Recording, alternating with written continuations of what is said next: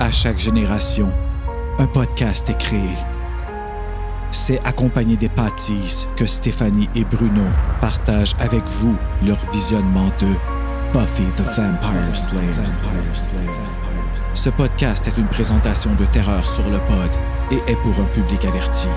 Parce que tu pourrais entendre des mots comme « À qui le podcast? À nous le podcast? » Bienvenue à Buffy contre le pod.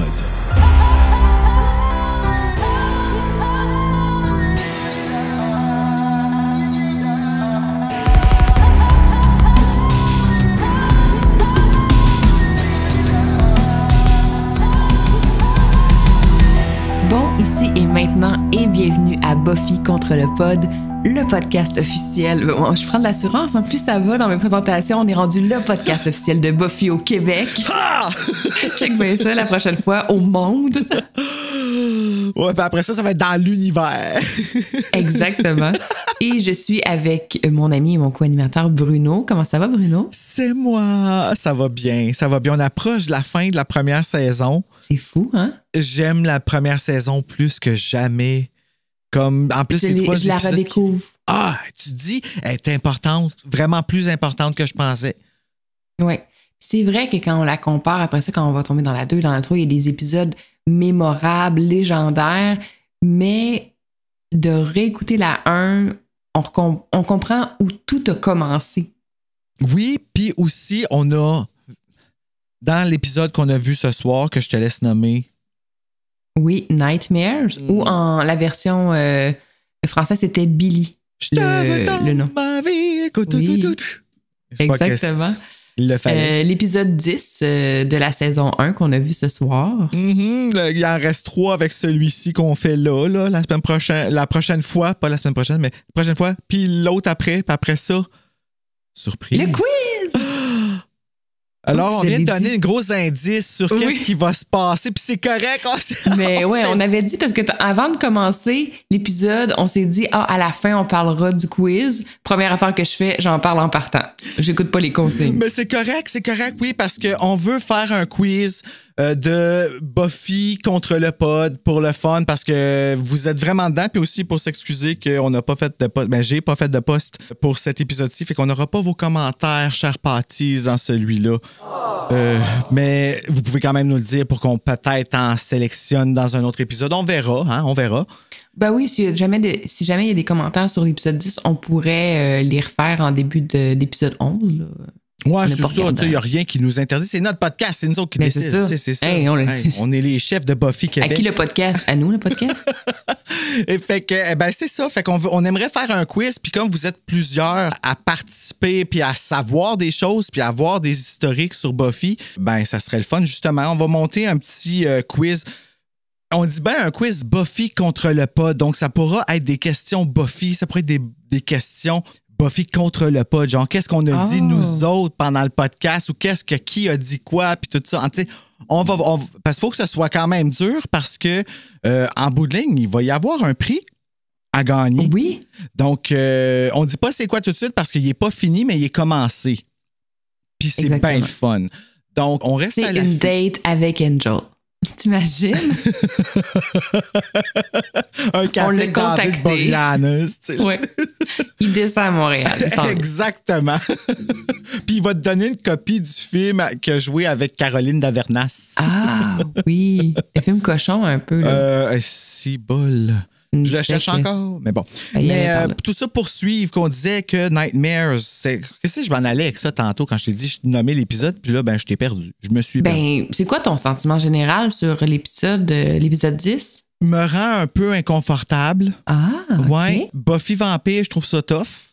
Ouf, oui. Je trouve ça bien. C'est la seule fois cette saison où on voit Buffy en vampire, d'ailleurs. Mais Sarah Michelle Gellar, par contre, pour un party d'Halloween, elle, Willow et Cordelia ont demandé de se faire maquiller en vampire de Buffy pour un party d'Halloween à un moment donné. Ah ouais, fait que c'est pas un lost episode, mais j'aurais aimé voir qu'est-ce que Cordelia a l'air en vampire. Oui, parce que Cordelia, on l'aura jamais vu en vampire. Je sais pas si on l'a vu dans Angel. Je sais pas, je m'en souviens plus. Appel à tous. Est-ce qu'on a déjà vu Cordelia en vampire? Miguel? Hugo? Non, c'est vrai, on n'a pas fait la pause, on les entend pas. Non. La semaine prochaine. Mais ouais, cet épisode-là me rend, oui, en effet, inconfortable parce qu'on parle d'un enfant qui se fait tapocher par son coach. Ouais. Qui est, je m'excuse de dire un punch, là, mais c'est un trigger warning selon moi. Puis, ça me ramène à une blessure vraiment conne de mon passé quand j'étais jeune, mais je m'étais fait inscrire dans une ligue de bowling, puis j'avais pas réussi à faire qu'est-ce qu'il fallait, parce que moi, tenir la boule à une main, je trouvais ça dur. Fait puis à cause que j'avais manqué quelque chose, puis ça avait été dans le dallo, puis que ça avait été, en tout cas, je sais pas, mon coach m'avait traité de fluo. Vous vous rappelez? Le fluo? Oui. Est-ce que vous vous rappelez des annonces de lait où est-ce qu'il y avait comme un frère puis une sœur, puis il disait hey, que t'es fluo. Puis que c'était comme parce qu'il était fatigant, jeune et comme tannant, genre, ou quelque chose de même. En tout cas, c'était, ouais, à un moment donné, en tout cas, c'est peut-être bien gatinois aussi, okay. Je cherche bien comme expression. Mais qu'est-ce que ça veut dire, être fluo? C'est négatif? C'est péjoratif? Oui, c'est pas c'est pas hyper méchant, là, mais c'est genre que t'es un jeune énervé tannant, là. OK. T'es comme un petit jaune fluo, là, c'est fatigant, là, ça pogne au cœur. Genre que, tu sais, à cause que t'as pas pitché la boule à une main, t'as pas eu d'abat puis t'es allé dans le dallo, que t'es fluo, là.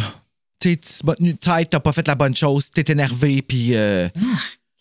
mais on l'a eu donc bien, cette coach. Mais ça, bien sûr, c'était ma perception de quand j'avais genre 9-8 ans, là, tu sais, fait que... Mais non, mais je veux dire, allô, les coachs partout au Québec et ou dans le monde, shamer un enfant parce qu'il n'a pas réussi, non. Ah ben ça, c'était très dans ces années-là. Ouais. Je dis pas ça pour défendre, mais ça reste quand même un adulte d'autorité qui n'est pas mon parent, que je ne connais pas, qui m'a traité d'un nom dégradant.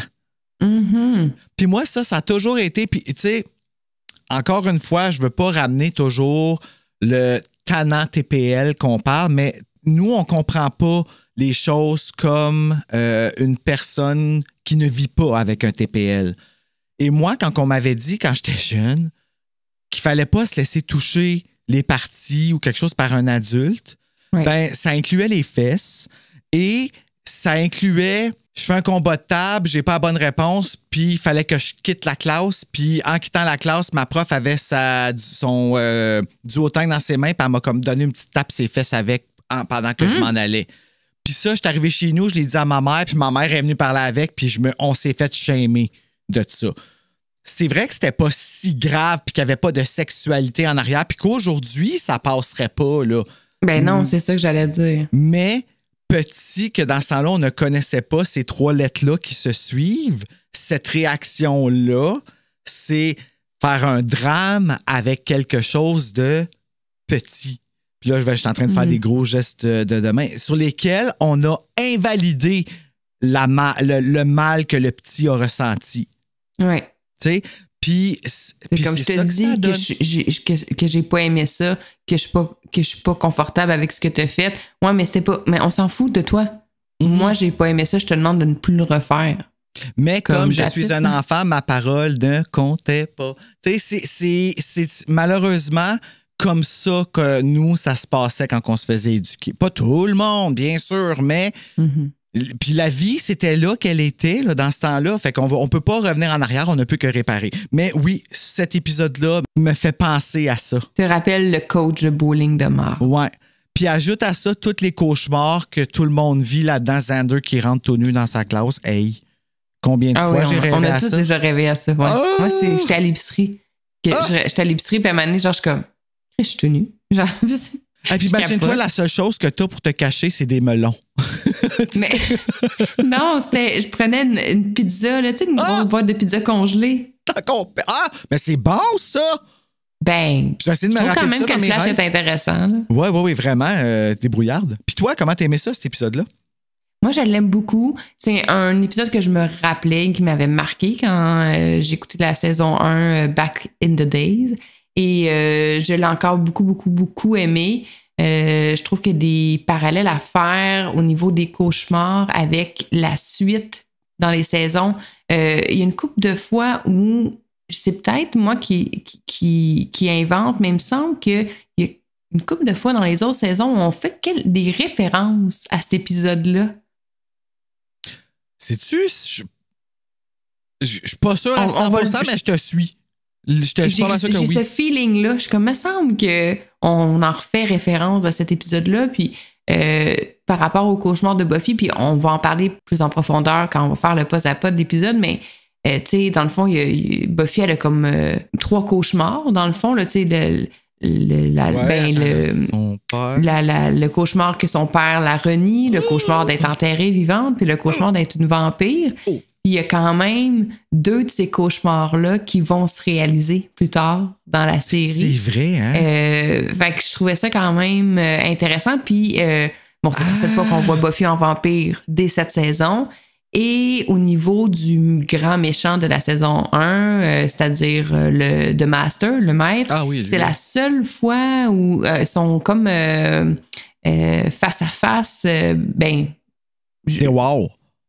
C'est ça, à l'extérieur, là, tu sais, en plein, pas dans la cachette du maître, mais c'est dans son rêve, mais il est quand même en liberté là, à ce moment-là. Ben, en fait, pour vrai, pour moi, c'est pas encore sûr que c'est dans son rêve à Buffy. Je pense que le monde est transformé puis que le maître a pu sortir. Exact. C'est ça? Oui. Ben OK, ben là, c'est pas la même game, là. Non. Ça l'avait pas réglé ça, là, c'en était, là.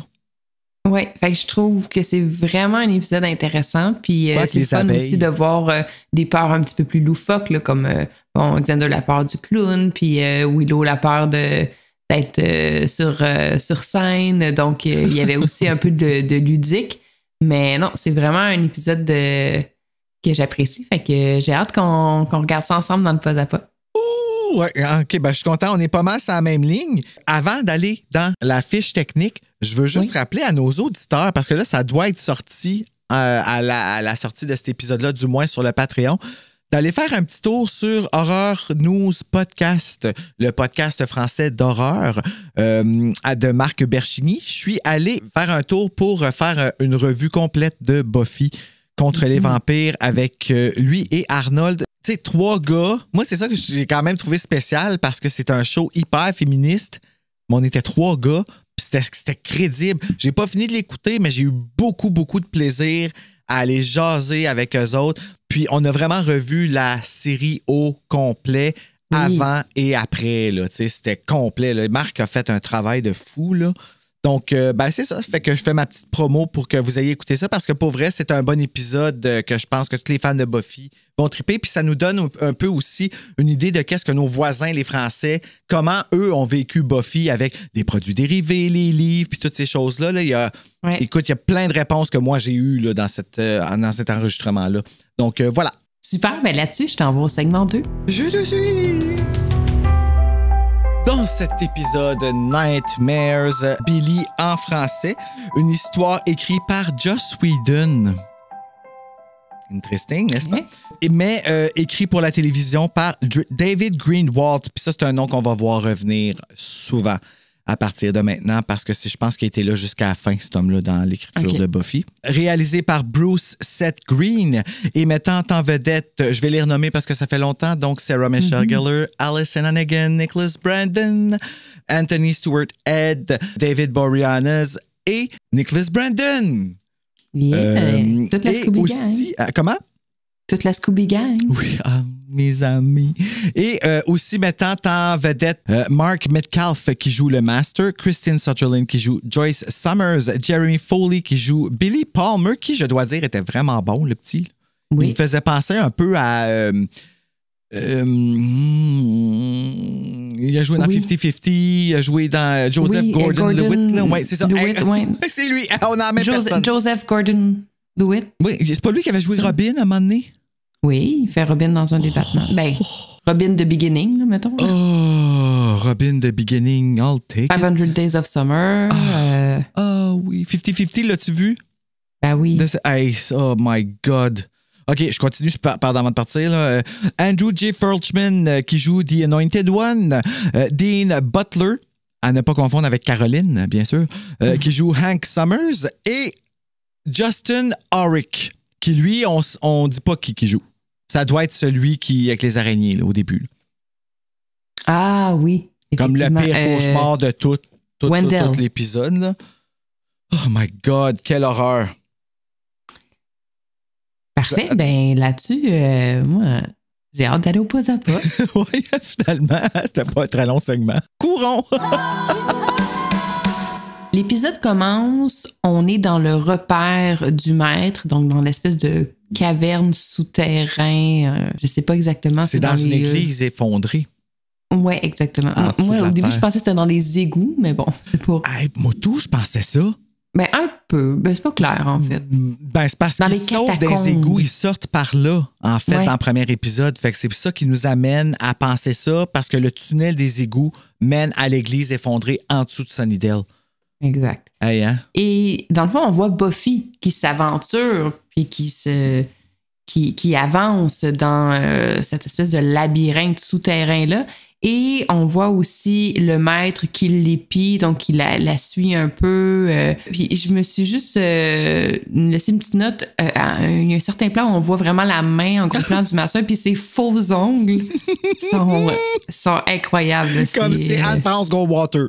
Ah oui, on est ailleurs, là. C'est au-delà de la manicure française. Quand là, je l'ai vu, j'ai exactement ça que je me suis dit. J'ai fait, oh my God, il y a comme les mains de classe d'Anne-France Goldwater. Ah oui, c'est du shellac, ça, là. C'est du gel, là, c'est sûr. Là. C'est du shellac. Hey, mais ça t'offre, par exemple, du shellac Oui. sans joke, là. Oh là là! Hey. Ben, ok, je dis ça parce que oui, je m'en suis déjà Faut fait pas faire. que tu l'arraches si c'est pas prêt à tomber, là. Ah, tabouin. OK. Excuse-moi, Steph. Je veux Qu'est-ce pas te qu'il y a? faire freaker. Je veux Qu'est-ce pas te qu'il y a? faire. C'est parce qu'il y a comme eu un flash dans la fenêtre en arrière. OK. Puis le flash, le reflet que ça a fait comme une espèce de face. Puis ça m'a fait non. freaker. Excuse-moi de dire ça, c'est horrible qu'est-ce que je viens de faire, mais c'est parce que, ben, t'as vu, ça m'a stoppé. Là. Oui, oui. C'était OK. fucké. Je sais pas c'était quoi. Ça devait être un avion, puis c'est un reflet. Là. C'est juste que ça a comme fait la face du cover de Blair Witch 2, genre. Non. Fait que j'ai comme pas aimé ça. Non. La même couleur, puis tout. Là. Non, pas de reflet dans les fenêtres de mon nouveau condo, s'il te plaît. J'ai OK. pas. OK. Alors, on poursuit. Oui. Et finalement, le maître surgit et saisit un peu Buffy. Et Buffy, à ce moment-là, est vraiment terrifiée, très figée. Moi, c'est à ce moment-là que j'ai fait comme, OK, on est sûrement dans un rêve, là, parce que c'est bizarre un peu comme début d'émission. Surtout de la manière qu'elle marche. Hein? Elle Ouais, est elle se comme pas fait armée piéger. non plus. Puis Non, c'est bizarre, ouais. C'est ça. C'est que c'est un peu, la vibe est bizarre. Donc, il la saisit, puis il la tient, là, puis elle est comme, elle se défend pas vraiment. Puis il vient pour la mordre et à ce moment-là, Buffy se réveille. Donc, ça nous confirme qu'on était dans un bon vieux cauchemar. Puis que Buffy est belle en maudit quand elle se réveille. Mais c'est sûr que quand tu te couches maquillée, coiffée, peignée, ça t'avantage pour le réveil. On a Joyce, la mère de Buffy, qui lui dit « Ah, time for school, c'est l'heure de l'école. » Et il y a une petite conversation là, rapidement où la mère de Buffy reconfirme avec elle que son père, donc on est vendredi, et que son père va bien venir la chercher à l'école à la fin des cours pour la prendre avec elle pour le week-end. On sent que c'est important pour Buffy parce qu'elle est comme, ouais, est-ce que c'est sûr? Elle insiste, Puis, là. Ouais. Oui, c'est ça. Tu sais, elle a comme peut-être peur un peu que ça soit annulé. Donc, sa mère dit, non, c'est bien confirmé. Tu vas Ben, passer même la quand fête il avec ton demande père. sa mère, elle dit comme t'as-tu peur qu'ils viennent pas te chercher? Ouais. Comme t'as-tu peur qu'ils t'aiment plus? Ouais. Tu sais? La réponse à ça, c'est oui, je suis terrifiée. C'est un de mes plus grands cauchemars. Ben, je pense que ça doit être quelque chose que les enfants de personnes divorcées doivent sentir souvent, spécialement quand les parents s'éloignent comme ça. Ben oui, parce que, tu sais, dans le fond, la mère a 100% la garde de Buffy. Donc, son père, c'est comme un peu sur une base volontaire qui vient s'enquérir de ses droits de visite. Donc, tu sais, si il vient pas finalement, ben. Ça veut dire qu'est-ce que quoi? ça veut dire? Ben, Exact. c'est ça. Tu sais. Ensuite, ben, on se téléporte à l'école. Willow et Buffy ont une petite discussion sur justement la séparation des parents de Buffy parce que Buffy lui dit que bon, elle va passer la fête de semaine avec son père. Donc là, ah oui, c'est vrai, tes parents sont séparés, tout ça. Donc, il y a une petite conversation qui met un petit peu la table sur la séparation des parents. Je me rappelle pas si Buffy dit ça fait combien de temps qu'ils sont plus ensemble, mais ça fait quand même un certain temps. OK. Puis, il y a aussi Willow qui parle de sa famille, qui explique que ses parents ne se chicanent pas, ne s'obstinent pas, mais que parfois, ils se font des glares, qui se font des looks, genre. Fait que ça dit vraiment parce qu'on la rencontre, la mère à Willow, dans saison 3, puis elle stock up en tabarnak. Sorry de dire ça comme ça, là, mais moi, cette femme-là, là, comme, je peux pas croire que Willow a bien viré, là. Ben, bien viré, c'est relatif, là. Je veux dire, on se rappelle la saison 6, mais comme moi. Oui, puis dans le fond, à ce moment-là, dans la conversation de Buffy puis Willow, Buffy dit explicitement qu'elle sait pas exactement pourquoi ses parents se sont séparés. Elle connaît pas la nature de pourquoi ses parents ne sont plus ensemble. Donc ça, c'est quand même un élément important là, pour la suite de l'épisode. Et c'est pour la suite de la série au complet parce qu'on va finir par l'apprendre dans la saison 7. Oui. L'épisode Conversations with Dead People. C'est drôle, mais quand elle l'a dit, Buffy, j'ai l'impression que ça l'a libérée dans saison 7. Je sais pas si tu t'en rappelles, la conversation. Là. J'ai l'impression que ça a été un fardeau duquel elle a protégé Dawn. Oui, mais c'est un nœud, là. C'est sûr que c'est un nœud. Ah, mon Dieu, c'était bon, ça, comme qui a été dénoué, finalement, à la saison 7. On s'en va ensuite en classe et on rencontre Wendell, qui est un personnage ponctuel, qui on l'a pas vu en tout cas, je me rappelle pas si on l'a vu avant. Si on l'a vu, c'était vraiment en tant que figurant, mais non, on l'a pas c'est vu. un étudiant quelconque dans la classe. Et on nous le présente un petit peu. Cordelia, elle essaie de se maquiller devant, elle a un petit miroir de poche, puis comme devant elle, puis elle fait comme excuse-moi, t'es dans ma lumière. Donc c'est comme ça un petit peu qu'il est introduit. Donc on s'assoit en classe, le cours commence. On parle dans le cours d'écoute active. Hein. Puis je trouve qu'il y a souvent un lien entre la matière qui est donnée dans le cours et l'épisode. Puis quand on parle d'écouter, tu sais, qu'est-ce qui nous dit là, l'enfant qu'on va suivre un peu tout au long de l'épisode qui est dans le coma, qu'est-ce qu'il essaie de nous dire? Donc c'est intéressant quand même que vraiment, j'avais même pas fait le lien avec ça en plus. Ouais, exact. Donc le cours commence, mais rapidement est interrompu. Dans le fond, la professeure est en train d'expliquer que dans nos besoins fondamentaux d'humains, on a besoin de se faire entendre. Et à ce moment-là, Buffy échappe quelque chose par terre ou se retourne, je me rappelle plus trop, puis elle voit dans l'embrasure de la porte un petit garçon qui c'est vraiment super odd, là. Ouais. Oui, c'est très, très, très, très random parce qu'on est dans une école secondaire, là, donc un petit garçon là, qui a peut-être une dizaine d'années maximum. Donc, mais il dit rien, hein? Il lui dit rien. Il la regarde, elle le regarde, mais il n'y a pas de... Non, c'est vrai, il dit rien à ce bout-là, parce qu'habitude, d'habitude, il dit « I'm sorry », mais il s'en va.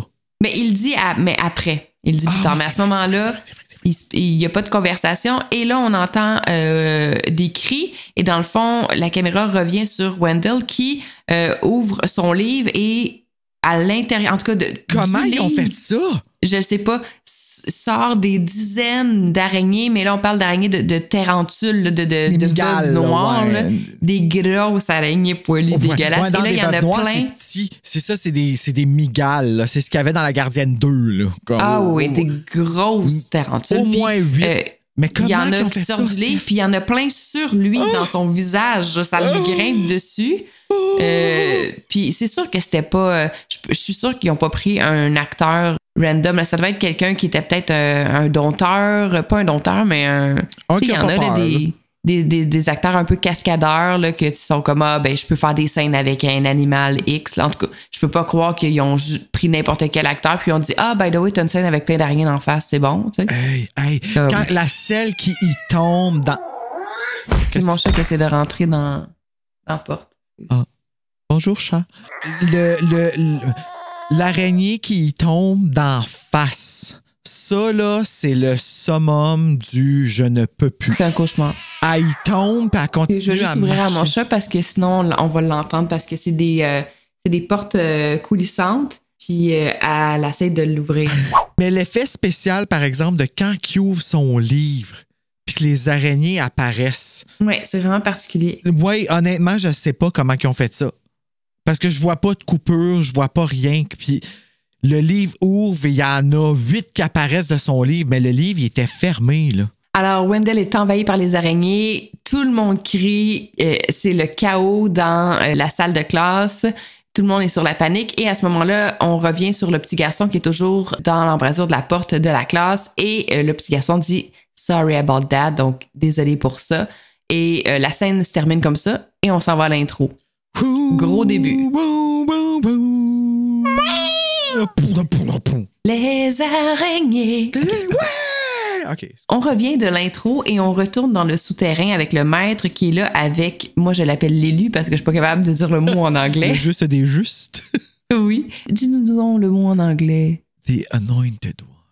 Oh, t'es tellement bon. C'est pour ça que j'ai besoin d'un co-animateur, entre autres. Sinon, tu le ferais tout seul, le podcast. Ah oui, s'il n'y avait pas ce mot-là, moi, j'aurais pas fait le projet avec Bruno, là. Non. C'était juste parce que j'étais pas capable de dire ce mot-là. Ils ont une discussion ensemble sur la peur. Bon, c'est une scène qui était pertinente, on le sait pas trop. Ben, c'était pour qu'on se rappelle d'eux autres puis leur donner comme, tu sais, donner de la chair à l'épisode. Là. Oui, puis tu sais, ils avaient payé pour une journée de tournage. Fait qu'ils se sont dit, on va leur faire 2 scènes au moins. Mais à ce moment-là, ils parlent quand même qu'il se passe quelque chose en haut. Ils le ressentent, là, ils sentent que ça bouillonne un peu là, au premier étage. Donc, ils sentent qu'il se passe quelque chose. Effectivement, il se passe quelque chose. C'est des énergies négatives. Exactement. Joyce et Buffy, ensuite, on les voit, sont dans la voiture. Joyce vient reconduire Buffy à l'école. Bon, là, Buffy a oublié son sac pour la fin de semaine. Avec son père, elle est un peu stressée. Inquiète-toi pas. Tu repasseras avec ton père à la maison chercher le sac. Il n'y a pas de stress. Elle lui rappelle que son père va venir vers 15h30. Buffy, encore, tu vois qu'elle a peur encore là, qu'il se désiste. C'est vraiment une peur bien ancrée là, chez Buffy là, de se faire rejeter. C'est direct ça, tu vois qu'elle se sent comme... Mais c'est parce qu'elle se sent coupable. C'est ça que ça cache. Là. Elle se sent coupable du divorce de ses parents. Oui. Puis si son père se désiste, si son père la rejette, ça viendrait confirmer... C'est ça.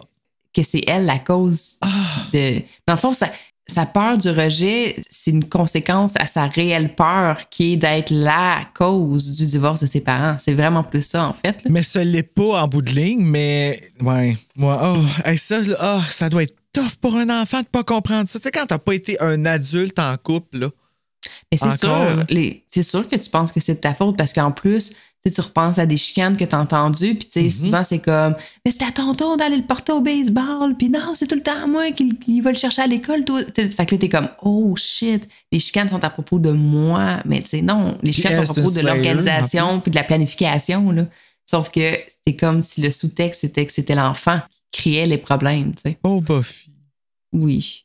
On retourne à Willow et Xander qui reparle à Buffy des araignées, hein, de la scène de la classe. Ouais, c'était bizarre, l'affaire des araignées. C'est moi ou c'est un peu bizarre? Il y a quelque chose d'intéressant à ce moment-là parce que Willow dit des araignées, c'est dégueulasse, j'ai peur, moi aussi des araignées. Puis Xander lui dit, moi, s'il y a une gang de nazis qui arrive, c'est plus ça qui me ferait peur. Donc, il dit qu'il a peur des nazis, puis c'est intéressant parce que dans son cauchemar, il y a un petit clin d'œil à ça plus tard. Ah oui? Oui.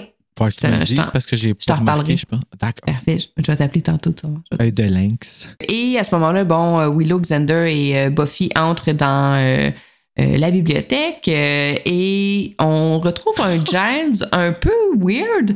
Il sort dans deux étagères au premier étage. Puis il a de l'air vraiment perdu. Ils sont comme « Salut, ça va? » Puis il est comme « Ah, ouais, mais il a de l'air vraiment perdu. » Puis c'est ça qu'on comprend dans le fond, c'est que plus tard, je sais pas si c'est là qu'on le comprend plus tard, c'est que il dit j'étais perdu dans les tablettes. Perdu. Il était perdu dans la bibliothèque. Puis ça, c'est une de ses peurs, de se perdre dans la bibliothèque. Mais tu sais, pour ceux qui ont vu Buffy, physiquement, la bibliothèque, c'est un demi-cercle, là, c'est une demi-lune, là, un peu. Là, fait que tu peux pas vraiment te perdre. Là. Mais je pense qu'en arrière, il y a plus de tablettes qu'on voit pas. Oui, mais quand même. Je pense. Tu peux pas vraiment te perdre dans la bibliothèque. Non. De Sunnydale, là, je pense. Là, je pense pas non plus. Je pense même pas que tu peux te perdre d'une bibliothèque municipale. C'est ça, exact. Mais à ce moment-là, il fait comme j'étais comme un peu perdu, mais c'est comme si Buffy, Willow et Xander l'ont pris comme j'étais perdu dans ma lecture, tu sais, comme j'étais perdu dans mes pensées. Ils l'ont comme pris plus comme ça. Buffy, elle la regarde bizarre. Buffy a l'air d'être comme. Je pense qu'il y a juste tellement d'affaires weird qui se passent à Sunnydale qu'ils savent plus quoi prendre en considération. Ouais. Ils n'ont pas donné tant d'importance à ce moment-là au fait que Giles était un petit peu perdu dans la bibliothèque. Mais ils reviennent en fait aux araignées parce que c'est, mettons, en priorité, c'est plus les araignées qui sont bizarres comme situation. Fait qu'ils reparlent de ça. Demande conseil à Giles, qu'est-ce qu'on devrait faire, mais Giles n'est pas super réceptif. Là. Je pense qu'il est encore un petit peu traumatisé de s'être écarté dans sa bibliothèque. Donc, il propose tout simplement ben allez donc parler avec Wendell pour savoir ce qui s'est passé, pour avoir son point de vue, sa version des faits. Donc, aussi simple que ça, scène suivante, Wendell est avec Buffy, Xander et Willow et il le questionne sur ce qui s'est passé.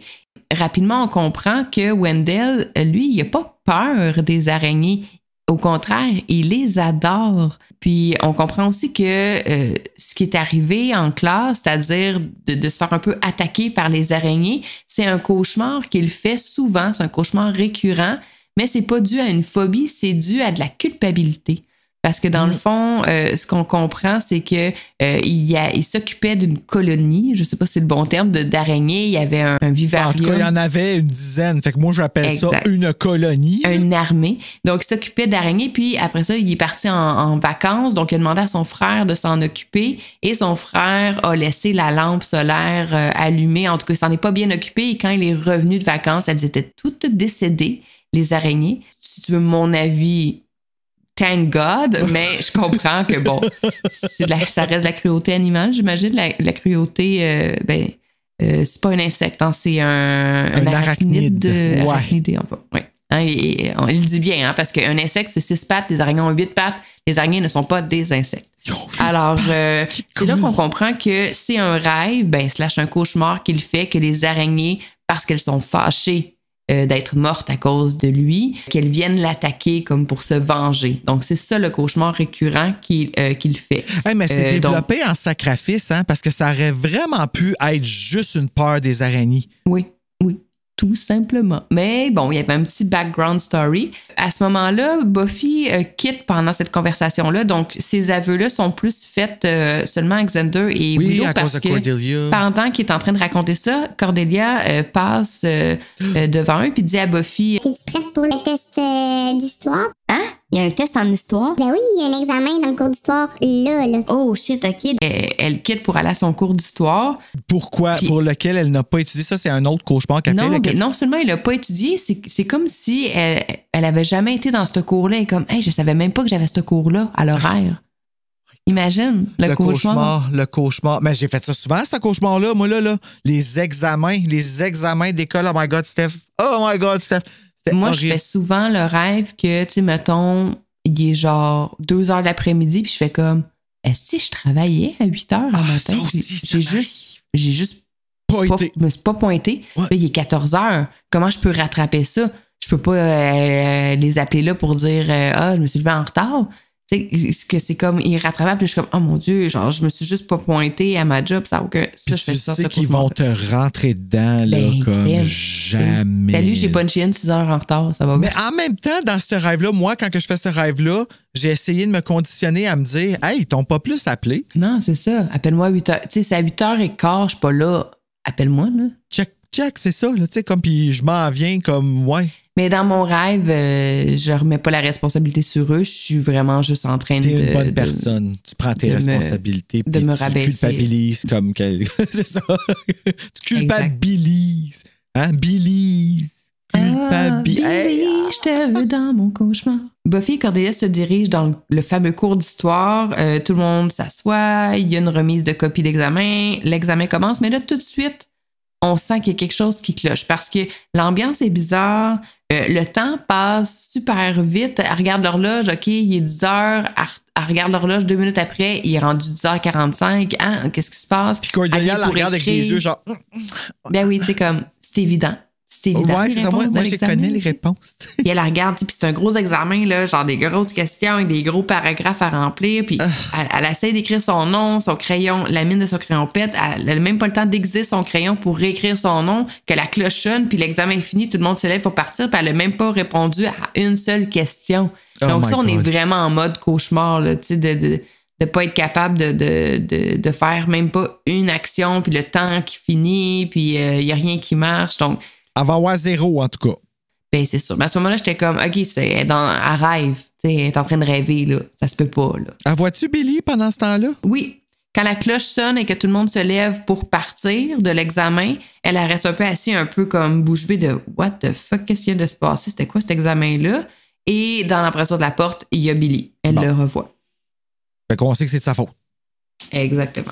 Ensuite, ben, on suit Laura, qui est aussi un nouveau personnage qu'on ne voit seulement que dans cet épisode-là, qui marche dans le corridor, puis qui dit à son ami « Ah, je vais aller m'en fumer une, je te rejoins tantôt. » Et pour une raison obscure, elle descend au sous-sol. C'est comme elle va fumer en cachette, dans le fond, c'est ce que je comprends. Oui, là où il y a des pancartes de pas fumer puis du charbon. Mais c'est surtout, me semble, fumer en cachette, en dedans, bonne chance pour la cachette. Là, Ouais, la cigarette, ça sent en tabarnak. Là, tu es dans un endroit confiné. C'est sûr, ça va sentir la clope. En tout cas, Ils peuvent blâmer ça sur le concierge. je fais ça dehors, là, mais bon. Autre temps, autre Mais ils n'ont mœurs. pas le droit de quitter le campus parce qu'ils sont dans le premier cycle. Ben, je comprends, mais Ah, mais pas que Ils ont je pas la le droit de défends, fumer. là. Je la défends ils n'ont pas pas. le droit là. de fumer non plus, fait qu'ils devraient juste s'en tenir à ça. Ouais. Mais Laura descend au sous-sol pour fumer. Et je sais même pas si elle a le temps de s'allumer sa cigarette. Il me semble que non. Qu'il y a je l'appelle vraiment le gros lait. C'est-à-dire Ouais. Ah. un gros monstre. C'est comme un gros gars baraqué avec un visage tout déformé. Et un de ses bras est littéralement comme un gros morceau de bois. Oui, c'est puis comme son si c'était œil un bras. blanc. Son œil qui louche blanc. Il est vraiment dégueulasse. Là. Oui. C'est comme j'écris un gros monstre avec un gros bras de bûche. Je sais Imagine comment, qu'est-ce qu'il sent. pas. Non, Oh! le vieux cheese. Là. Non, il est vraiment dégueu. Puis avant de l'attaquer, parce qu'il l'attaque, il fait juste dire Lucky 19. Donc, on pourrait traduire avec 19 chanceux. Et il lui calisse une volée, là, vraiment, là, pour vrai. Le bruit est fort. Oui, non, c'est. Ouais. Puis on l'entend un peu crier, Laura, c'est pas super le fun comme scène. Puis elle n'est pas super belle à voir après non plus, là, son Non. fat lip, là. Hé là là! Exactement, parce que là, la scène suivante, on voit Giles et Buffy qui sont à l'hôpital. Ils s'en vont voir Laura pour essayer de comprendre ce qui s'est passé. J'imagine qu'à ce moment-là, ils se questionnent peut-être si c'était pas une attaque de vampire ou c'était pas. Ils sont toujours aux aguets, là. Mais c'est quand même bizarre, une attaque de vampire dans le bas. Mais tu sais, quand. Moi, je pense que Buffy est interpellée, genre, comme une fille qui a mangé une volée, puis c'est ça. Dans l'école, au sous-sol. Là. Ouais. Donc, il retrouve Laura qui est dans une chambre d'hôpital qui est terrifiée. Elle est aussi, comme tu as dit, très maganée là, au niveau du visage. Là, ça paraît qu'elle a reçu plusieurs coups. Elle leur dit que c'est arrivé vite, elle sait pas trop, elle reconnaît pas la personne qui a fait ça, elle sait pas c'est qui, mais elle se rappelle qu'avant d'attaquer la personne, là, c'est pas vraiment une personne, mais bon, l'affaire qui l'a attaqué a dit Lucky 19. Donc, c'est une information qui est donnée à Giles et Buffy à ce moment-là. Giles et Buffy ensuite questionnent le docteur par rapport à ce qui s'est passé avec Laura, puis le docteur dit tu sais, c'est pas notre premier là, qui se fait attaquer, on a aussi un petit gars qui est dans le coma. Donc c'est la première fois qu'on entend parler d'un petit garçon qui serait dans le coma, qui s'est aussi fait attaquer le même genre d'attaque. Ouais. Donc ça fait comme manque un petit peu d'éthique, par exemple, le médecin, oui, mais OK. Oui, c'est ça. Ouais. Pourquoi tu parles d'un jeune mineur qui est hospitalisé un jeune mineur dans ton hôpital à deux inconnus qui ne sont même pas dans la famille de Laura, by the way. C'est ça, tu sais. Ça, c'est des amis. Mais on avait besoin de donner un petit peu d'informations Il y a sur beaucoup de shortcuts dans cet épisode-là. Mais donc, à ce moment-là, moi, je fais le lien entre le petit garçon qu'on voit depuis le début de l'épisode à l'école et le petit gars qui est dans le coma. À ce moment-là, je fais comme parce qu'on est intelligent. Oui, ça se pourrait que ce soit le même petit garçon. Mais ça ensuite, pourrait être The Anointed One. Dans le coma? Ben oui. Tu sais pas. Ça serait bizarre. Il a parlé au début. Le master, c'est vrai, c'est finalement tanné puis il a crissé une volée. Mais je me suis demandé, par exemple, est-ce que Joss Whedon il avait le droit d'être seul avec eux autres? Avec les petits garçons? Les deux petits, ouais, The Anointed One puis celui qui joue Billy, là. Parce qu'il n'avait pas le droit d'être seul avec Michelle Trachtenberg parce qu'elle était mineure sur les plateaux. Fait que c'est pour ça que je me demande, c'était-tu déjà commencé dans ce temps-là? Puis est-ce qu'il y avait déjà. Mais pourquoi il n'avait pas le droit d'être avec Michel? Parce qu'il y avait déjà eu des allégations? Parce qu'il était toxique. Puis que sûrement l'équipe. Moi, d'après. Tu sais, je veux pas inventer d'histoire, mais je sais que Sarah Michelle Gellar est bien à cheval sur des règles de protéger les acteurs en tant que productrice.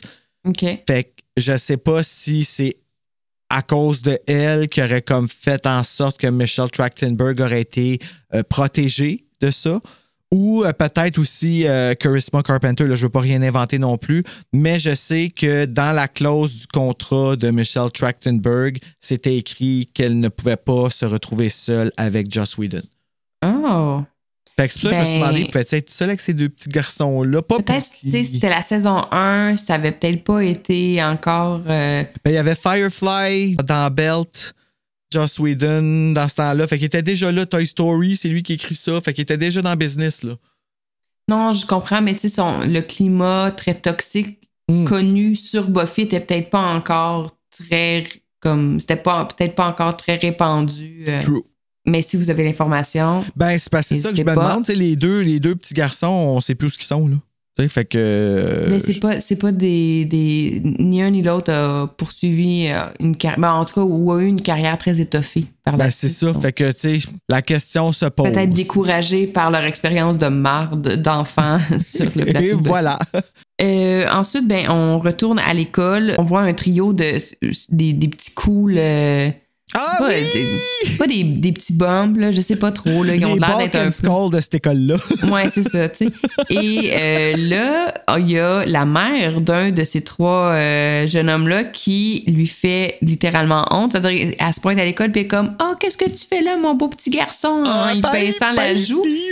Puis là, encore une fois, j'étais comme « Ah, c'est donc ben weird, c'est donc ben random, mais... » qu'on comprend, c'est que c'est un cauchemar pour un des jeunes cool que sa mère vient lui fasse honte. Donc, c'est un de ses cauchemars, mais c'est en train de se réaliser. C'est ça qu'on comprend tranquillement, c'est que les cauchemars de chacun prennent vie, donc deviennent réalité. Moi, exactement. Puis pendant qu'on voit ça un peu en deuxième... en arrière-scène, Willow et Xander, parlent et se dirigent vers la classe. Et une fois qu'il entre dans la classe, Willow se retourne et Xander, au début, on pense qu'il est nu, mais après ça, plan large, on voit qu'il y a ses sous-vêtements, il y a un boxeur. Mm-hmm. Mais tu sais, 3 secondes avant, quand il marchait dans le corridor, il était habillé. Donc, tout d'un coup, il rentre en classe et il est nu. Donc, là, c'est vraiment là que ça venait confirmer. On était comme, OK, là, il se passe quelque chose de surnaturel. Là. Ouais. Ouais, on se sauve. Comme que c'est ça. Puis là, il se sauve, puis Willow, elle suit. Exactement. Mais donc, il part en courant. Elle est proche d'admettre d'aimer ça, en tout cas. Ben, c'est sûr qu'elle aime ça, Xander, c'est son homme. On retrouve Giles et Buffy dans la bibliothèque. Et Buffy, arrive. Giles est en train de regarder des journaux. Et dans le fond, ce qu'on comprend, c'est que Giles n'arrive plus à lire. Il est incapable de lire.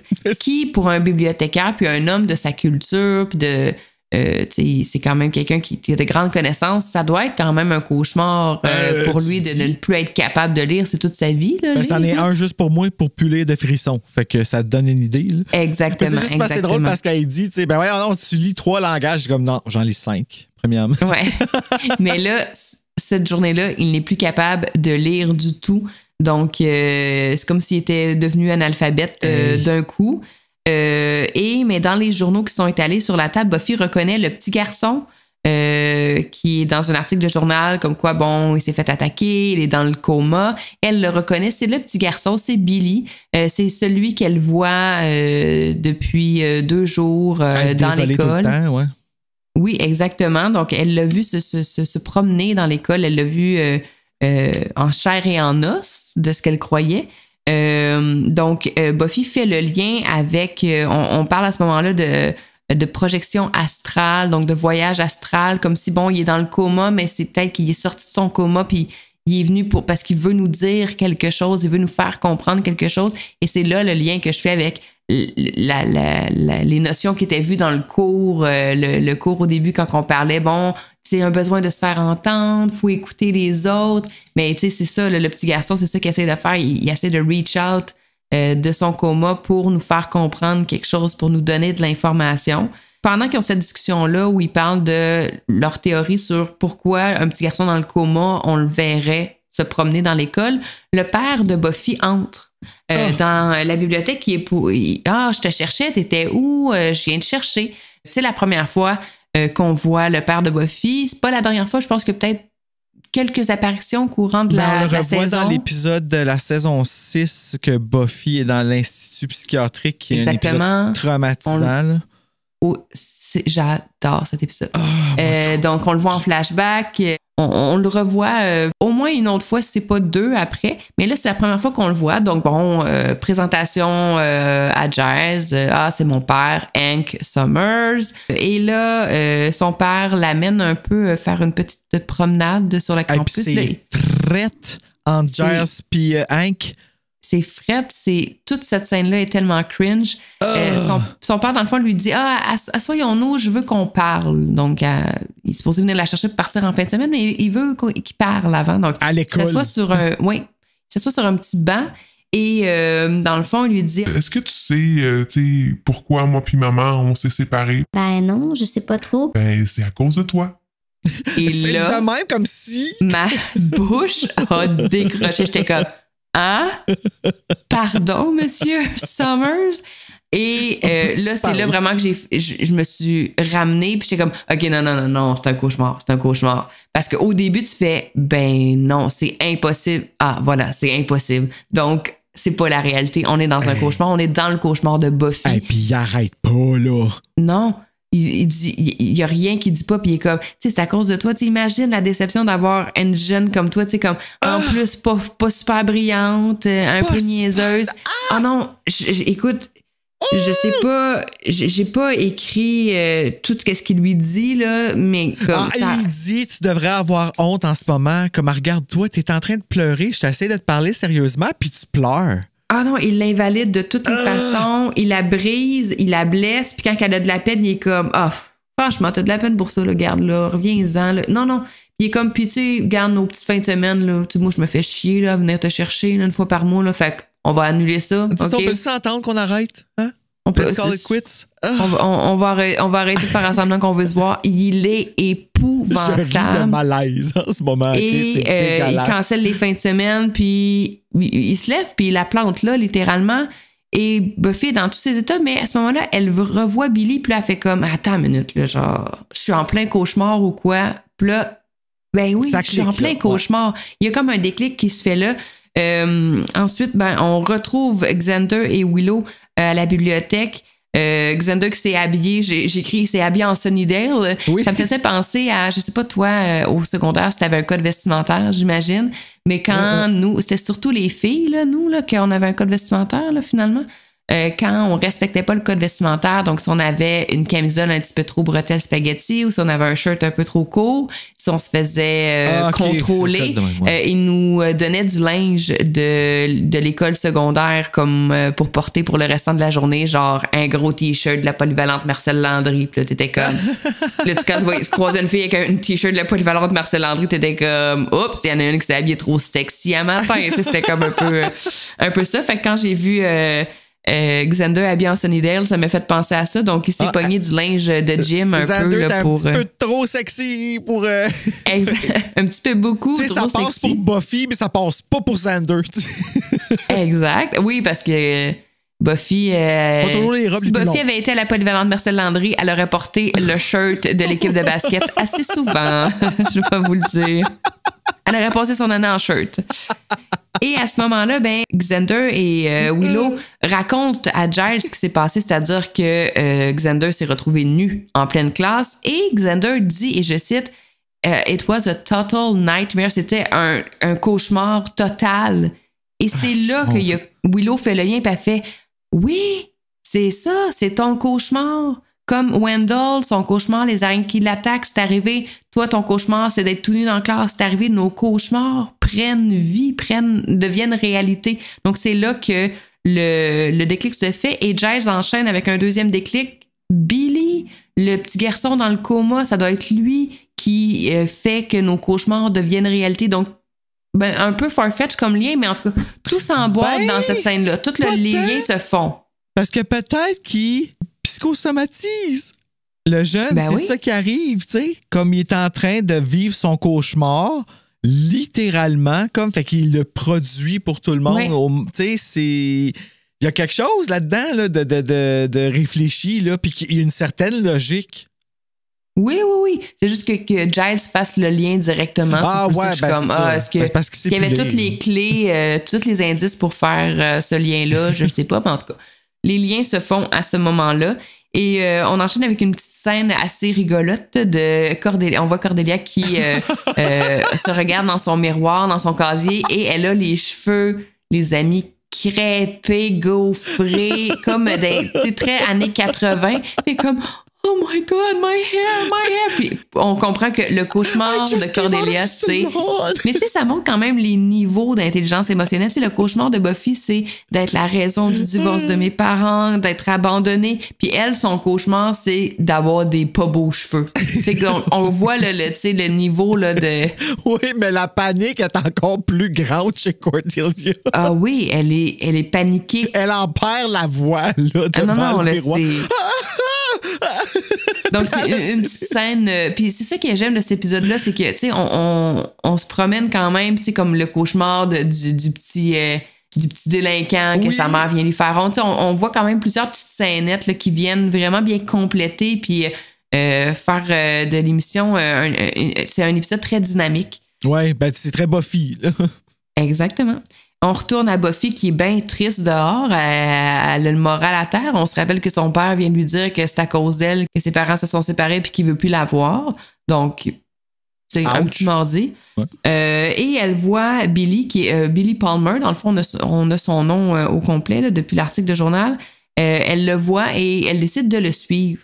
Elle le retrouve dans le gymnase. Elle s'assoit avec lui, puis ils ont une petite discussion, puis elle lui reparle, bon, qu'est-ce qui s'est passé après la game de baseball? T'as été attaqué, puis dans le fond, il sait pas trop ce qui s'est passé après la game de baseball. Il parle de Ugly Man. C'est pour ça que moi, je l'ai traduit avec le gros lait. Fait du sens, par exemple. Oui, le gros monstre dégueulasse qu'on vous a parlé tantôt. Le petit garçon l'appelle de Ugly Man. Et à ce moment-là, il y a...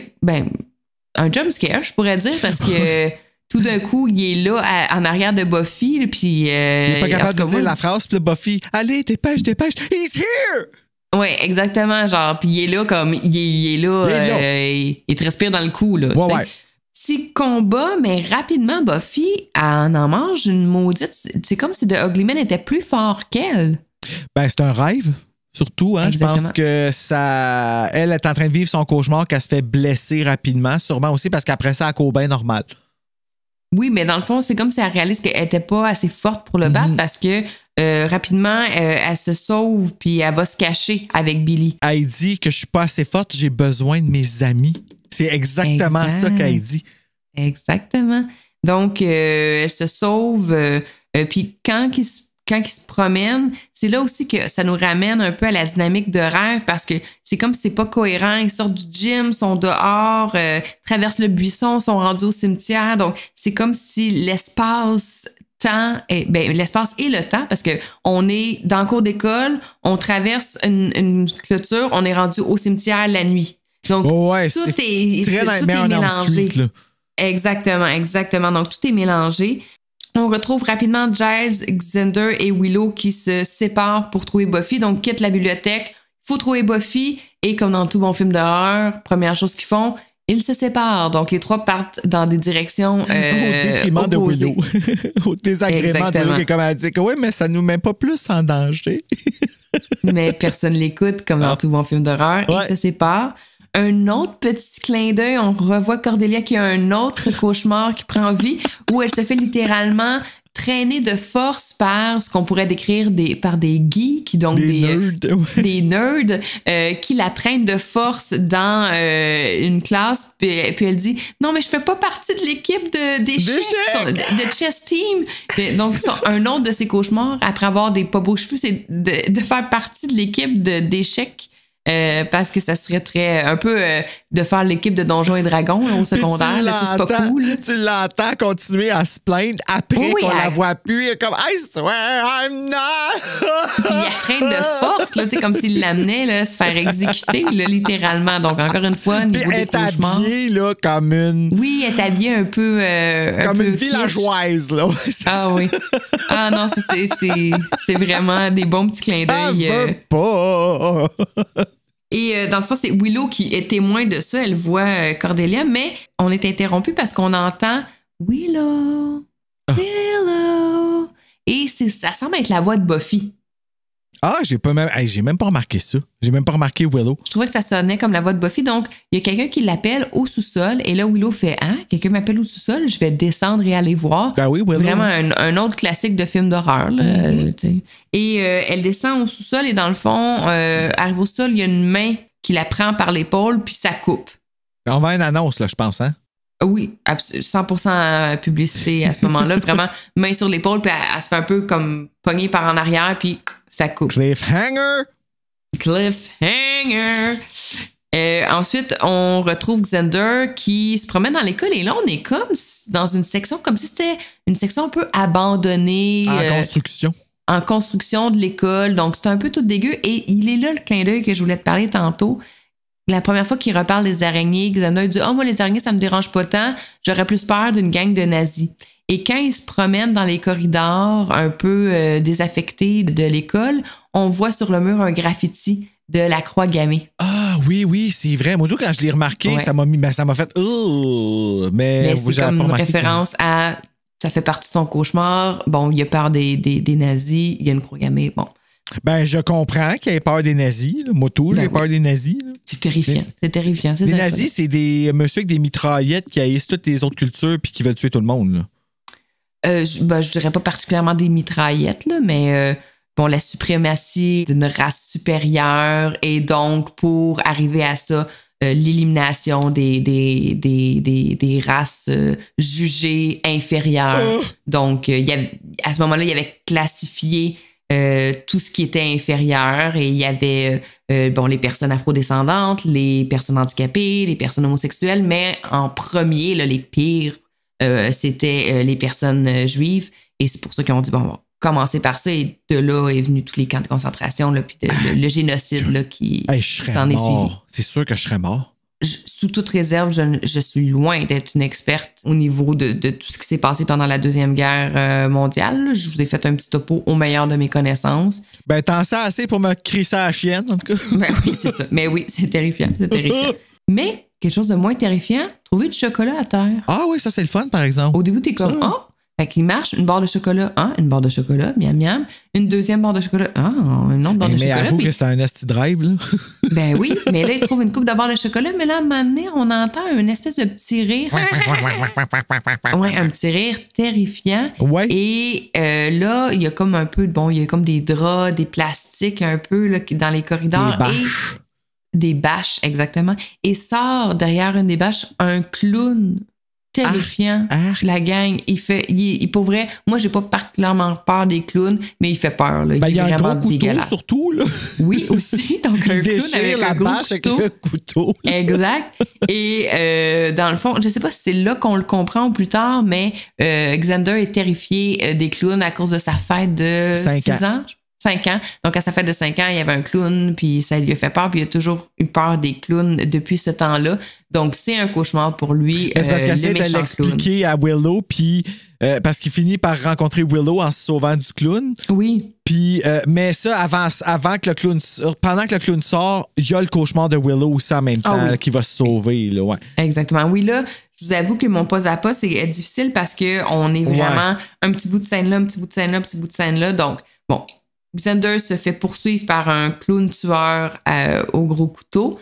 On retourne à Buffy et Billy qui se retrouvent devant le terrain de baseball. Billy dit que dans le fond, le soir de son attaque, il a perdu, son équipe a perdu la partie à cause de lui, que c'est de sa faute s'ils ont perdu la partie de baseball. Donc il dit « It was my fault ». À ce moment-là, il y a un buisson et on voit le gros lait qui les voit, qui s'approche d'eux. Donc, ils décident d'aller se cacher dans le buisson. Donc, ils traversent par le buisson et c'est là qu'ils vont se retrouver dans le cimetière de nuit. Tout d'un coup, quand je vous parlais de l'espace-temps là, qui est un peu torsionné. Et on retrouve Willow qui, je vous rappelle, était descendue au sous-sol et qui s'est faite pogner par l'épaule. Et là, Willow, elle est dans une espèce de backstage, un peu le monde du spectacle en arrière-scène. Et on lui dit « Hey, t'es en retard, là, ton spectacle commence dans 2 minutes, go, go, go, dépêche-toi. » Puis elle est comme « Ah, mais quel spectacle, je sais pas de quoi tu parles. » Son pire cauchemar. Son pire cauchemar. Et elle est habillée en petit en petit kimono, un look geisha. de geisha. Ouais. Un petit look de geisha. Puis ce que j'ai compris, c'est qu'elle est habillée en petit look de geisha parce que la chanson qu'elle se posait aller chanter, c'est une chanson en italien, là, mais ça raconte l'histoire d'une geisha. Ah, OK. Donc, c'est ça le lien de.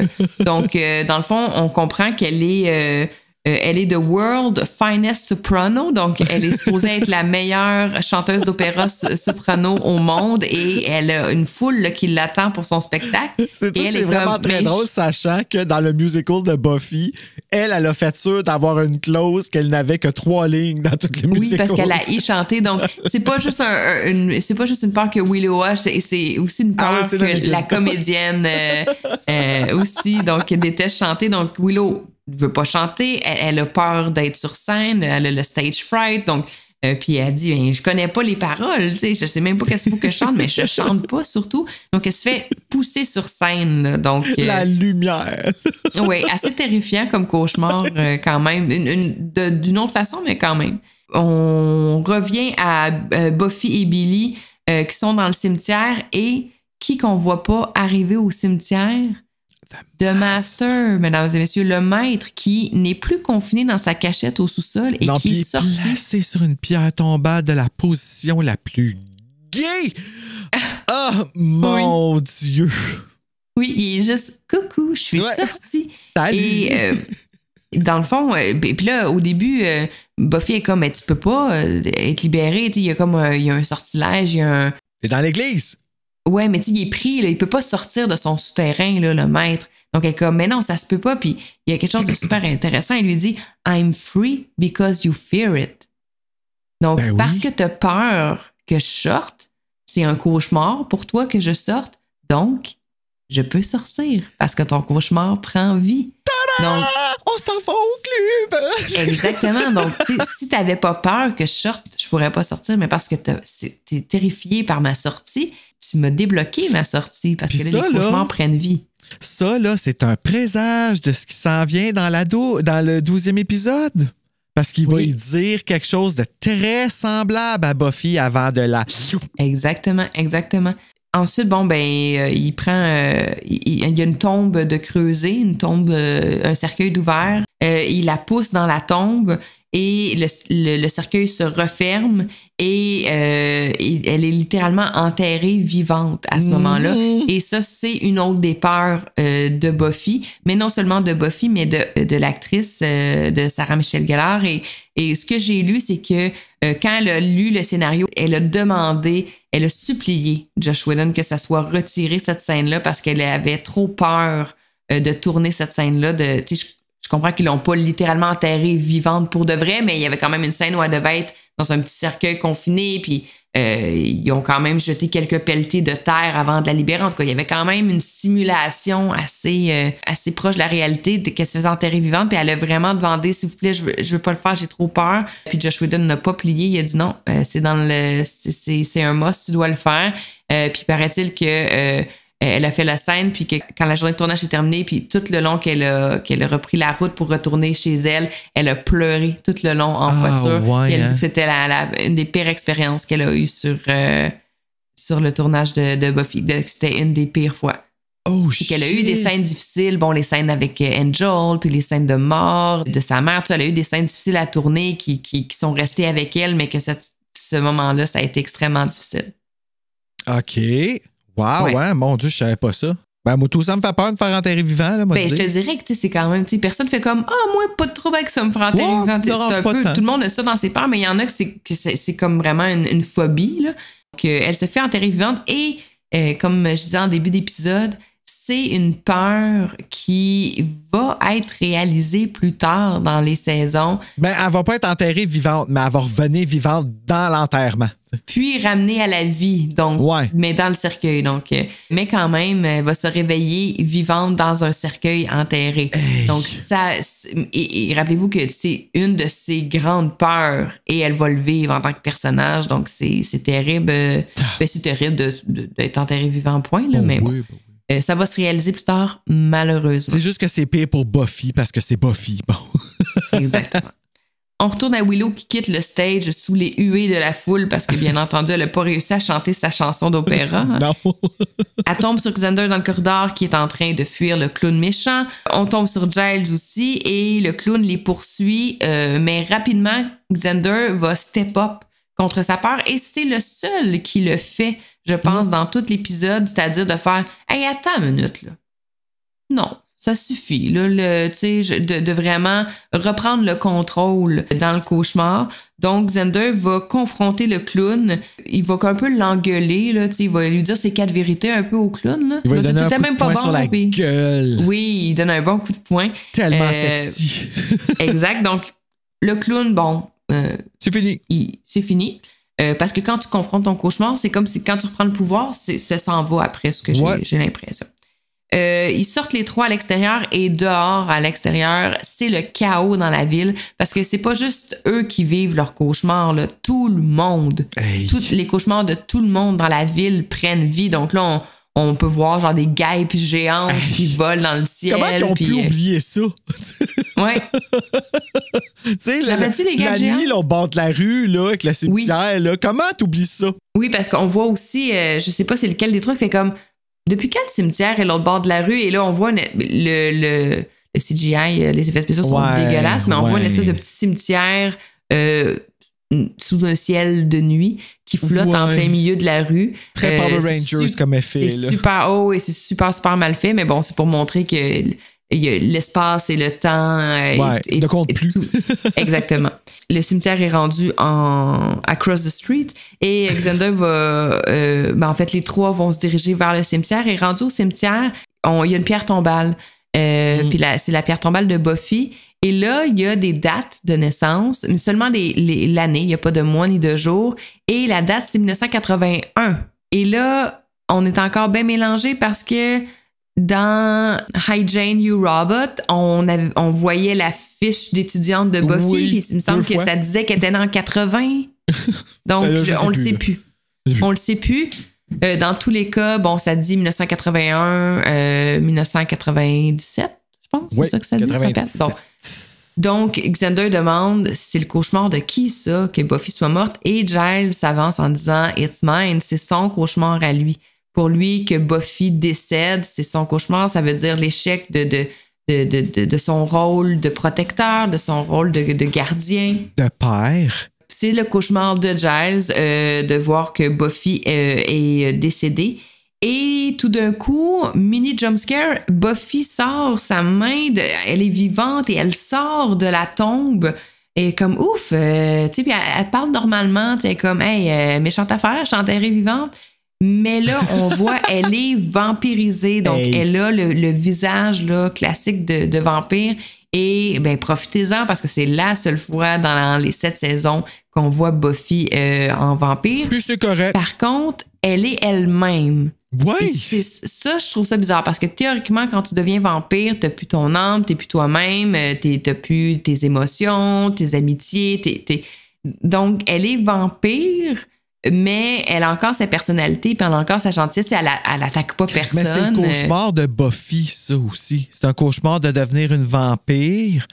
Donc, peut-être qu'elle a juste peur d'être une vampire comme telle, sans nécessairement, tu sais, comme c'est peut-être la peur d'être comme consciente de, je sais pas honnêtement. Peut-être qu'elle a peur de sentir qu'est-ce qu'Angel se ressent, puis qu'elle a une âme elle aussi. Oui, puis tu sais aussi de la faire devenir vampire. On a vraiment perdu le contrôle là, sur l'épisode. Là, Par contre, Giles lui demande, regarde, on a besoin de toi, tout ça, puis elle dit, OK, allons-y, mais dépêchons-nous parce que je commence à avoir faim. Donc, quand même, il y a un petit clin d'œil au fait qu'elle est vampire quand même. Là, vous êtes bon, là, vous avez l'air bon. Giles lui dit, It's come from Billy, ça vient de Billy, la clé, c'est Billy, le petit gars dans le coma à l'hôpital. Donc, on s'en va, tout le monde à l'hôpital. On arrive à l'hôpital, c'est le chaos total parce que les médecins, les infirmières, le staff aussi vivent leur propre cauchemar. Il y a un zombie qui court après. Oui, là, c'est l'apocalypse dans l'hôpital. L'autre avec ses mains. Oui, ça doit être un cauchemar d'un chirurgien, tu sais, de pouvoir utiliser ses mains. Imagine. C'est tellement important, les mains d'un chirurgien. Donc... Isabelle, elle pourrait même pas opérer dans Stat. Exact. Donc, Billy, on retrouve Billy dans sa chambre qui est dans le coma, mais il est dans le coma couché dans son lit, mais il est aussi là en mode présence astrale, là, debout à côté de son lit. Bon, il lui dit, tu sais, il faut que tu reviennes, il faut que tu te réveilles, puis il veut pas se réveiller parce qu'il dit qu'il veut rester caché, donc il a peur de son agresseur. Ben, tu le blâmes-tu? Ben oui, la personne qui l'a battu, là, qui demande à Billy, il faut que tu te réveilles, il faut que tu reviennes parce qu'il faut que ça arrête, là, les cauchemars de tout le monde. Oh, là, ouais, c'est un peu trop, là. Ça marche plus, là. Et Billy veut pas revenir, il veut rester caché, et il a peur de son agresseur. Et justement, l'agresseur, il s'en vient, il est en train de s'en venir dans l'allée d'hôpital. Et à ce moment-là, le gros lait rencontre un adversaire de taille, c'est-à-dire une Buffy vampire. Donc là, la Buffy humaine avait peut-être pas la force, mais la Buffy vampire, elle a la force pour le combattre. Et le combat a lieu, c'est un bon combat quand même. Quand elle saute dessus, hein? Elle a l'air d'une petite grenouille, là. Ouais.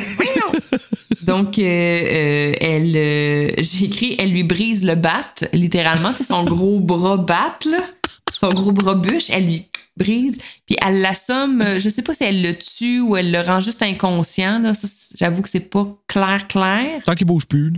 C'est ça. Mais il est comme assis à côté au mur et Buffy invite Billy à s'approcher. Elle dit, c'est toi qui dois faire le reste. Et là, à ce moment-là, je savais pas qu'est-ce qu'elle voulait dire. Est-ce qu'il faut qu'il l'achève, faut qu'il le tue? Mais dans le fond, il fait juste mettre sa main sur son visage comme s'il enlevait le masque. À montrer du c'était gros qui, lait. là, ouais. C'est ça. Il faut que tu nous dises c'est qui. Et à ce moment-là, par magie, tout redevient normal. Donc, les cauchemars se terminent. Billy se réveille de son coma. Tout ce qui était zombie, grosse guêpe, tout ça, c'est terminé. On est revenu dans la réalité.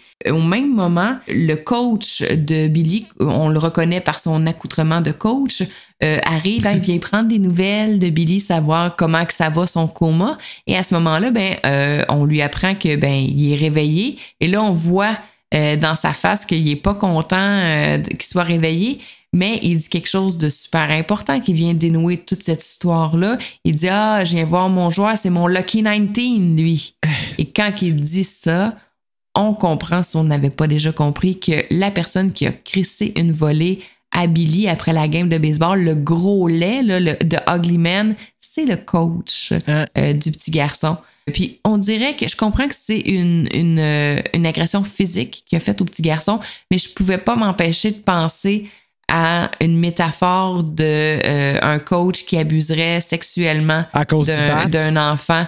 Toute l'espèce de genre, c'est le gros méchant, tu sais, ouais. Des fois, les enfants qui sont victimes d'agressions sexuelles, ils vont, par quelqu'un qu'ils connaissent, là, en qui ils ont confiance, ils vont dépersonnaliser cette personne-là, puis comme s'il y avait mon coach, mon grand-papa, mon oncle, puis il y a le gros méchant qui m'agresse, c'est comme si c'était deux personnes. En tout cas, ça m'a fait penser à ça, mais je sais qu'on fait pas référence à une agression sexuelle du tout dans l'épisode. En 97, on n'était pas rendu là d'en parler. Surtout pas d'une affaire d'ado comme ça. Là. Mais moi, son bras, comme son gros bat, je trouvais que c'était comme un peu une métaphore de ça parce que quand t'es un enfant, tout est amplifié. Fait que c'était comme, mais c'est au bat de baseball à quoi ça faisait référence. Mais le bat de baseball, c'est souvent aussi une métaphore de pénis.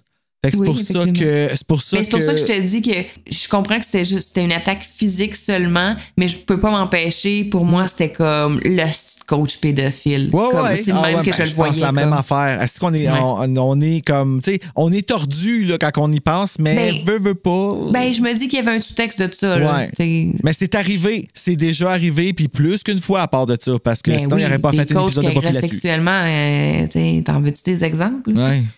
Donc, tout le monde catch que c'est le coach qui a agressé Billy, puis Billy le dit aussi, là, il le dit explicitement parce qu'il est réveillé à ce moment-là. Il répète quelque chose que Buffy a dit pendant ses rêves.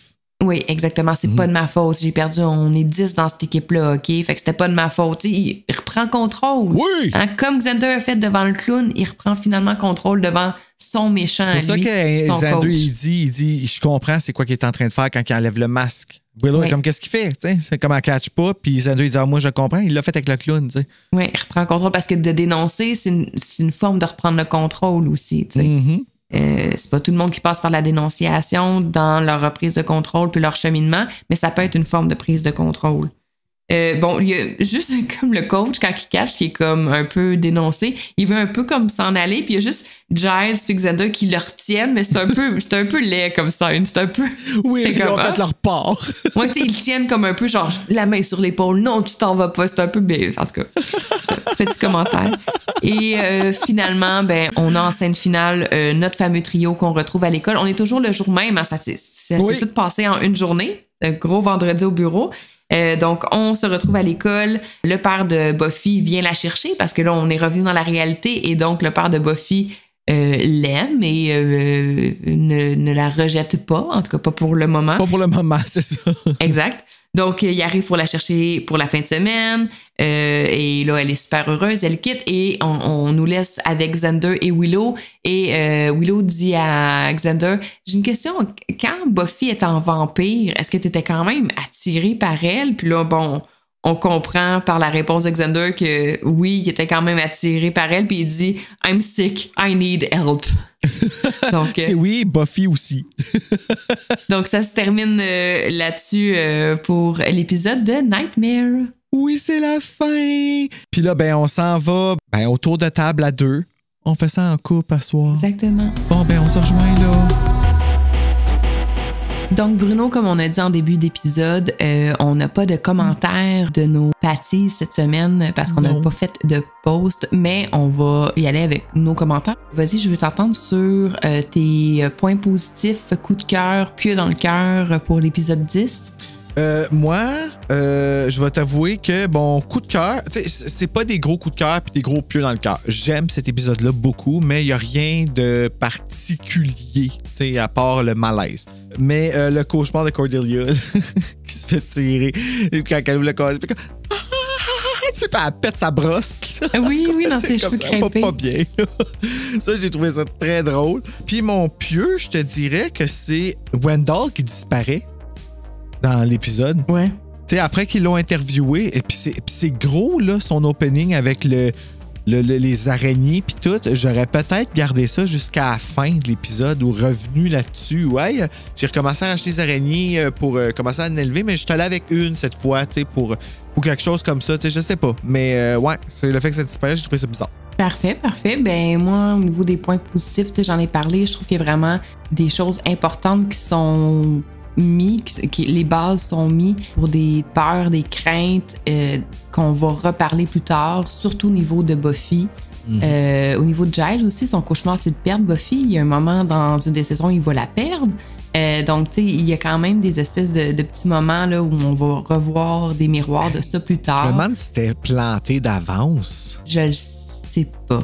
J'avoue que... Tu sais, à quel point dans saison 1, on était assez là pour voir toutes ces affaires-là d'avance. Je pense pas que c'était planté d'avance, mais que quand ils ont avancé dans l'écriture, j'imagine qu'ils se sont inspirés de ce qu'ils avaient planté à ce moment-là. Ah ouais, c'est ça, ouais. On pourrait s'en resservir.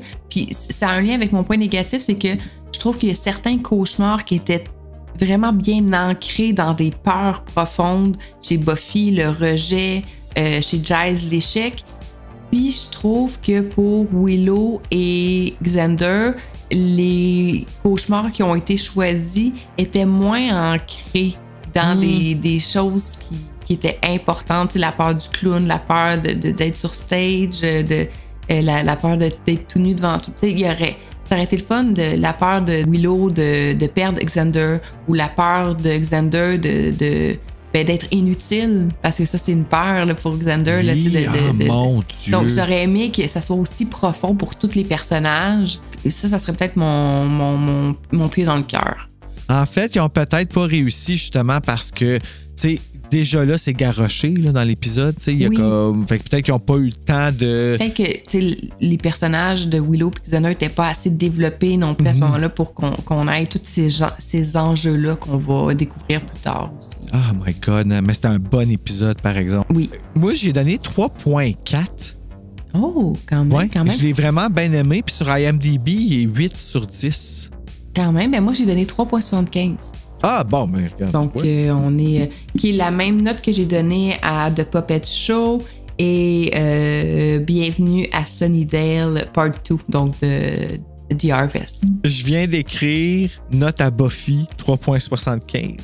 Je l'ai écrit note à Steph. Ah! Oh, moi, juste à dire que quand j'étais au dépanneur, c'était Oops, I Did It Again de Britney Spears. J'étais comme, c'est quoi les odds? Ça, là, c'est exactement. Tu sais, ça, là, ça veut dire que t'étais au bon endroit au bon moment. Exact. Parce qu'il fallait que tu reviennes me dire que ça jouait. Oh, merci la vie. Ah, j'aime ça des moments de même. Sinon, je m'en ai appelé Buffy encore une fois. Sinon, pour le prochain épisode, la prochaine fois qu'on se voit, ça va être épisode 11, l'avant-dernier épisode de la saison 1 déjà.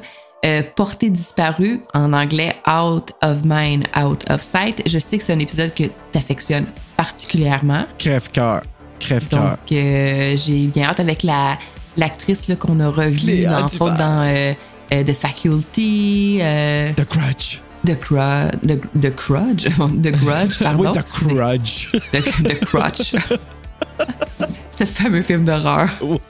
Je suis sûre que ça pourrait exister. C'est comme un nez entre deux touffes de cheveux là, qui descendent. The Crutch. The Grudge. Donc, j'ai bien hâte qu'on fasse cet épisode-là ensemble. Oui, Trigger aussi. Oui. Oui, pour cet épisode-là, parce que c'est beaucoup sur l'estime de soi, au point de disparaître, de s'effacer. C'est des grosses émotions. Fait que, ouais, on se prépare d'avance, tu sais. Exactement. Mais en attendant d'aller disparaître à l'épisode 11, si tu me cherches, Bruno, je vais sur stage parce que moi, j'ai pas peur d'aller la chanter, la tune d'opéra. C'est mon tour? Oui.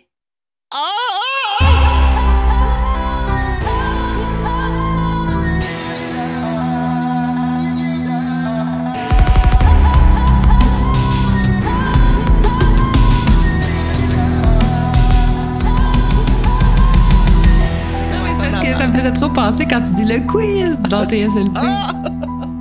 Habituellement, j'ai le réflexe de. C'est drôle, hein, parce qu'à chaque fois que j'entends quelqu'un dire quiz, habituellement, j'ai toujours comme le sursaut de faire le quiz! Puis partir, mais là, on dirait que je suis. Ouais, non, c'est pas là que je m'en allais, puis ça m'a comme arrêté. Puis t'as pas la voix de Serge non plus, hein, Steph? Malheureusement. Ouais, ta voix est on me le reproche souvent. Ça fait partie de mes 3 plus grands défauts. Ne pas être Serge. On me le reproche souvent. C'est fatigant, d'ailleurs. Je sais pas pourquoi je ris. C'est même pas drôle. Bloopers. Mais ouais, on avait dit, parce que avant de commencer l'épisode, on s'est dit, à la fin, on parlera du quiz. Première affaire que je fais, j'en parle en partant. J'écoute pas les consignes. Mais c'est correct, oui, parce qu'on veut faire un quiz